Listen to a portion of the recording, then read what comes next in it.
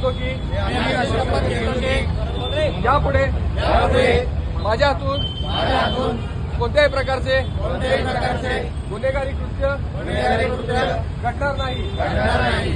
जर अशा प्रकारचे कृत्य माझ्या हातून घडल्यास माझ्यावर कायदेशीर कारवाई होईल याची मला पूर्ण कल्पना आहे. कायद्याचा बालेकिल्ला पुणे जिल्हा